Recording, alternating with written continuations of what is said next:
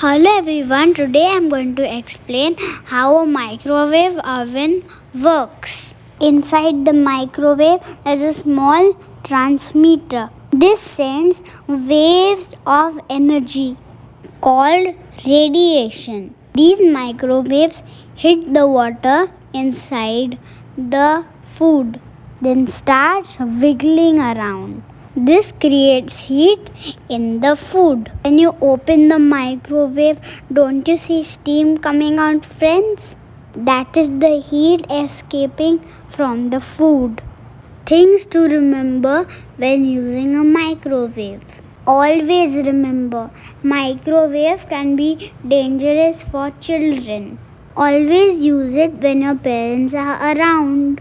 And finally, never put anything metallic, my friends, in the microwave.